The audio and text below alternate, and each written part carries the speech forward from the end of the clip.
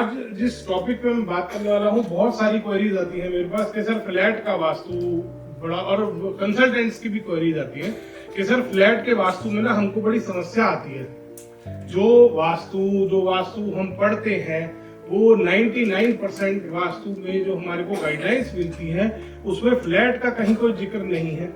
ये फैक्ट है, ये बात सही है। और फ्लैट का वास्तु बहुत ज्यादा चेंज भी हो जाता है जब हम अंदर उसके फ्लैट के इंटीरियर की बात करें या एक्सटीरियर की बात करें। इंडिपेंडेंट हाउसेस में और फ्लैट्स में काफी डिफरेंस आता है जब हम वास्तु करने जाते हैं। तो 8 तो मेन पॉइंट्स हैं जो चेंज होते हैं, सबसे ज्यादा जो फैक्टर्स इफेक्ट करते हैं किसी भी फ्लैट के वास्तु को। तो इसमें स्लाइड चल रही है, तो सबसे स्लाइड नंबर 5 लगा दीजिए। सबसे पहला नंबर आता है इसमें नियंत्रण, कंट्रोल, कि हम जब इंडिपेंडेंट हाउस में रहते हैं तो हमारा पूरे घर पे कंट्रोल होता है। अब उसमें हम घर का डिजाइन करते हैं, कहीं पे हमने बालकनी निकाल दी, कहीं पे हमने थोड़ा सा कट लगा दिया, नॉर्थ ईस्ट को हमने थोड़ा सा एक्सटेंड कर लिया या कट लगा दिया, या हमने वहां पार्किंग बना दी। अब वो एरिया हमारा ही रहेगा क्योंकि हमारा जो प्लॉट है वो पूरा प्लॉट ही हमारा है। उसमें हम कैसा भी बिल्डअप करें, वास्तु के जो डिफेक्ट्स हम बनाते हैं बहुत ज्यादा इफेक्ट नहीं करते।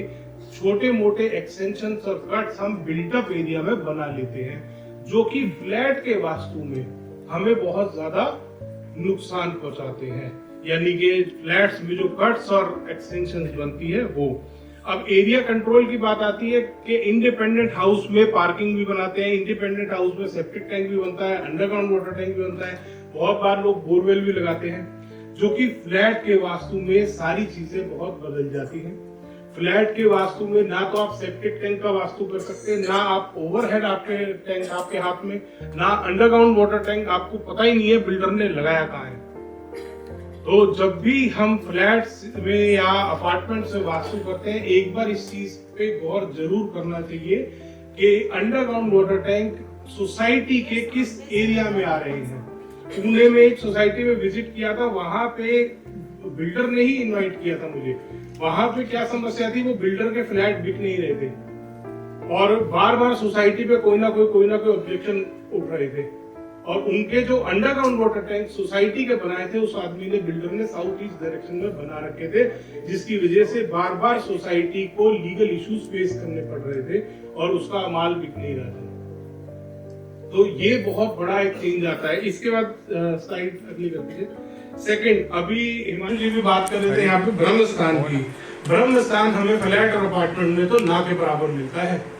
अभी बात कर रहे थे कि 10वां हिस्सा ब्रह्म स्थान का होना चाहिए, 10% हिस्सा या 10वां हिस्सा, जो भी बात कर रहे थे। 9 पद होते हैं ब्रह्म स्थान के, 9 पद मिलने नामुमकिन है। फ्लैट्स और अपार्टमेंट से तो बिल्कुल नहीं मिलते। अगर एक चलने के लिए गली मिल जाए ब्रह्म स्थान में, बहुत बड़ी बात होती है।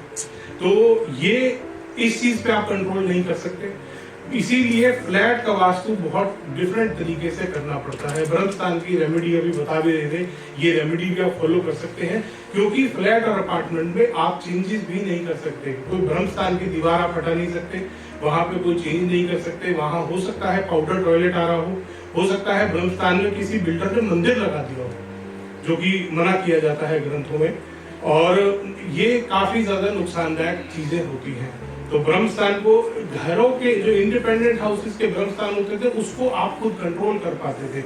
वहां पे तुलसी का प्लांट लगा देते थे, ओपन टू स्काई होता था, तो बहुत अच्छी प्रोग्रेस रहती थी। इवन आज भी साउथ इंडिया में मेरे बहुत सारे क्लाइंट्स हैं, ब्रह्म स्थान ओपन टू स्काई है और बहुत अच्छा उनके घर की ग्रोथ है। मतलब आज तक मैंने ऐसा नहीं सुना कि सर हमारा ये काम अटकने लगा, क्योंकि वो वास्तु के अनुसार बने हुए घर है। राजस्थान में आज भी बहुत सारी हवेलियां हैं। अगली साइड कर दीजिए। उसके बाद आता है वेट एरिया।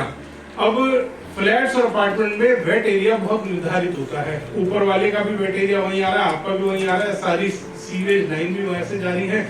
इसकी वजह से भी बहुत समस्याएं क्रिएट होती हैं, क्योंकि wait area, dry area vastu के अकॉर्डिंग बिल्डर बना ही नहीं सकता। उसकी मजबूरी है कट कॉर्नर बना के वहां पे वो वेट एरिया बनाना, जिसकी वजह से प्रॉपर वेंटिलेशन उसको मिले।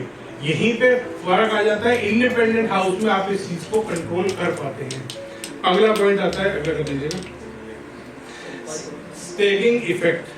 सबसे बड़ी समस्या, नीचे तो बना हुआ है किसी की किचन, ऊपर बना हुआ है किसी का टॉयलेट, इसकी वजह से भी आपका वास्तु खराब होता है।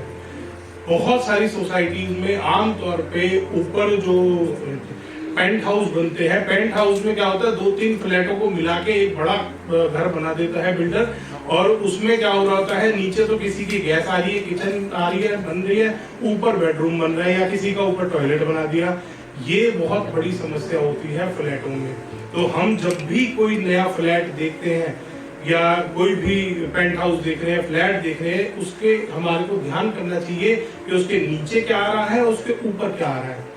पेंट हाउस में एक मेरे फरीदाबाद में मेरे साथ हुआ था केस में, पेंट हाउस में नीचे उनका बेडरूम था, साउथ वेस्ट डायरेक्शन में बाई चांस उनको मिल गया, उसके ऊपर 2-2 हजार लीटर के 5 टैंक रखे हुए थे। जिस दिन से वो शिफ्ट हुए थे उस दिन से वो बीमार थे। तब वो बिल्डर को रिक्वेस्ट करके, बिल्डर ने कहा कि आप अपने खर्चे पे ओवरहेड वाटर टैंक को हिला सकते हैं। मान गया वो बिल्डर, सही था इस वजह से, अदरवाइज ये भी बहुत हानिकारक होता है। अगली स्लाइड पर दीजिए।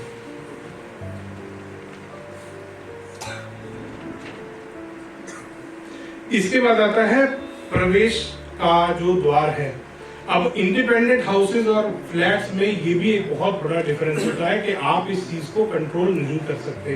प्रवेश द्वार, मेन गेट, मेन डोर आप कंट्रोल नहीं कर सकते फ्लैट और अपार्टमेंट में, क्योंकि इंडिपेंडेंट हाउसेज में क्या होता है, मेन गेट से आप अंदर घुसे, ग्रंथों में क्लियरली मेंशन है कि अगर आपका पूर्व मुखी मकान है तो आप पूर्व से अगर एंट्री ले रहे हैं तो आपका जो मेन डोर होना चाहिए वो किस पद में, किस तरफ घूम के आना चाहिए, क्लॉकवाइज घूम के आप अपने घर में घुसेंगे, जो कि फ्लैट्स और अपार्टमेंट्स में आप पॉसिबल नहीं हो पाता आपके लिए ये काम करना। क्योंकि फ्लैट अपार्टमेंट में क्या होता है, पहले आप सोसाइटी में घुसेंगे, उसके बाद आप लिफ्ट में जाएंगे अपनी बिल्डिंग के नीचे से, लिफ्ट में जाने के बाद आप ऊपर जाके कॉरिडोर में चलेंगे, उसके बाद आपका घर आएगा। और इसमें भी बहुत बार समस्या होती है कि कॉरिडोर में लास्ट की टक्कर वाला मकान आपको मिल जाता है, टक्कर पे आपका गेट आ रहा होता है, ये भी एक गंभीर वास्तु दोष बनाता है।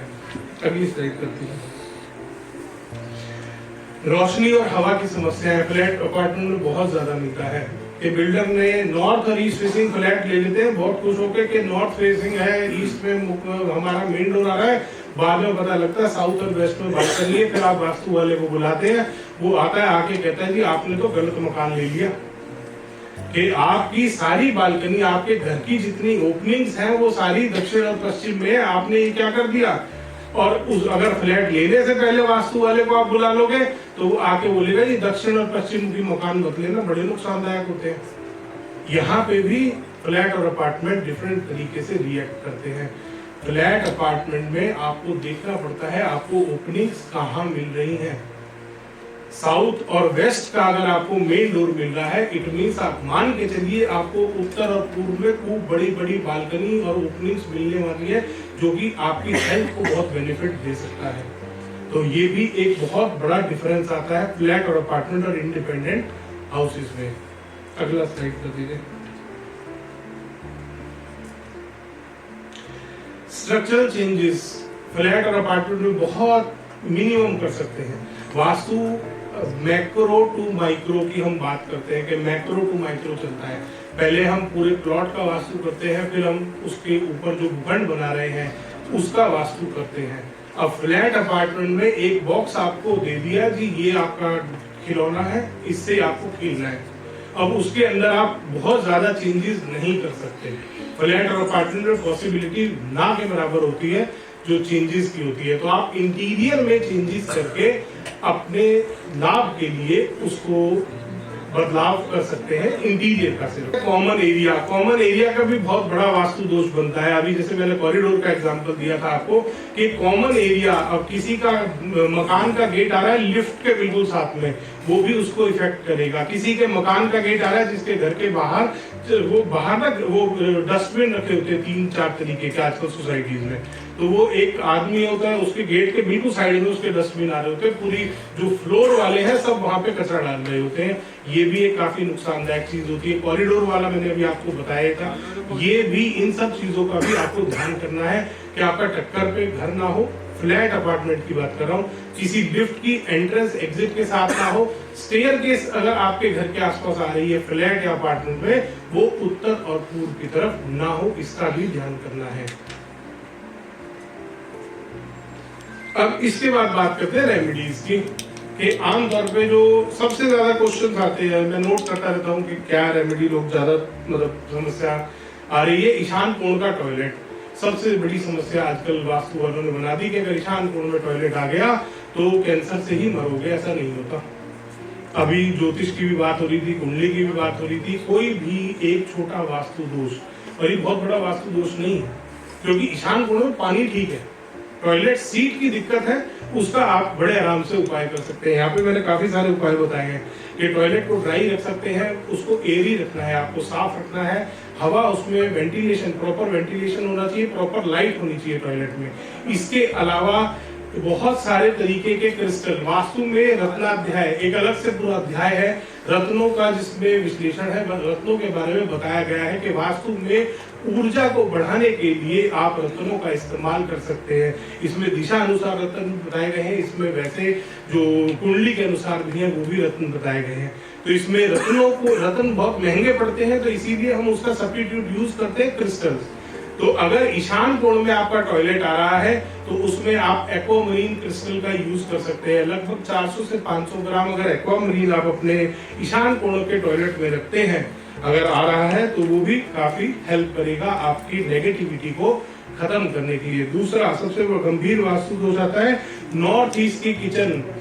एक घर में विजिट किया था, वहां वास्तु वाला बोल गया कि आपकी तो ईशान कोण में किचन है, समझ के चलिए कि आपकी वाइफ तो आप बीमार होने वाली है। और वो 6 साल से रह रहे थे, कोई बीमारी नहीं थी उनके घर में, वेज खाना बनता था, बहुत कम कुकिंग होती थी, मियां बीवी थे, जॉब कर रहे, दोनों जॉब करने वाले थे, तो कुकिंग बहुत कम थी। बट उसके बाद भी उसका रेमेडी करना जरूरी है। किचन का इंटीरियर सबसे पहले आपको देखना है कि आपकी गैस ठीक जगह है, सिंक ठीक जगह है। उसके बाद साउथ ईस्ट, अभी पंच तत्वों की सुबह से बात हो रही है, पंच तत्वों को अगर बात करें तो साउथ ईस्ट डायरेक्शन अग्नि कोण, वहां पे आपको उसको एक्टिवेट करना है। कैसे करना है? वहां लाल रंग का इस्तेमाल ज्यादा कर सकते हैं, वहां पे सिट्रिन स्टोन का यूज कर सकते हैं, रेड जेस्पर का यूज कर सकते हैं। लगभग आधा किलो के आसपास रेड जेस्पर या सिट्रिन अगर वहां पे रखते हैं तो वो भी साउथ ईस्ट फायर को बढ़ाता है। ईशान कोण में अगर आपकी किचन बन रही है उसके वास्तु दोष को खत्म करने में काफी हेल्प करता है। साउथ वेस्ट का मेन डोर सबसे ज्यादा नुकसानदायक, अगली स्लाइड कर दीजिएगा। साउथ वेस्ट नैऋत्य कोण का मुख्य द्वार आ रहा है, बिल्कुल आपकी फैमिली खत्म हो जाएगी। ऐसी ऐसी बातें करते हैं वास्तु वाले। फ्लैट और अपार्टमेंट वालों से जाके पूछो कि नैऋत्य कोण का मुख्य द्वार है जी। मुख्य द्वार घर में कितनी बार खुलता है? जितनी बार कोई अंदर बाहर होगा। ईशान कोण में, नॉर्थ में, ईस्ट में बालकनी आ रही है, वो कितनी बार खुलती है? वो पूरा दिन खुली रहती है। तो कहां से वास्तु दोष बना? अगर उसके बाद भी साउथ वेस्ट का मेन डोर है, हाँ उपाय करना चाहिए, बिल्कुल करिए उपाय। ब्लैक टर्मलिन स्टोन आता है, उसको आप अपने घर में रखिए, अंदर घुसते ही लगभग 400 से 500 ग्राम के बीच में लेके रख सकते हैं, बहुत बढ़िया असर करता है। इसके अलावा उसको एरिया को साफ रखिए, खाली रखिए, लाइट वहां पे जरूर होनी चाहिए। लोग घर के बाहर आमतौर पर अंधेरा करके रखते हैं, विच इज वेरी नेगेटिव, बहुत नुकसानदायक होता है, लाभदायक नहीं होता। अगर घर के बाहर आपने अंधेरा कर रखा है, अगली स्लाइड कर दीजिए। ब्रह्म स्थान में सेंटर में कोई कट या कोई अगर बनी हुई है कोई चीज, कंस्ट्रक्शन हो रही है, तो ब्रह्म स्थान के लिए अभी सर ने भी उपाय बताए थे। इसके अलावा एक और उपाय कर सकते हैं, सेलेनाइट स्टोन आता है, सेलेनाइट, उसको आप यूज कर सकते हैं। लगभग 600 से 800 ग्राम। ब्रह्म स्थान क्या है?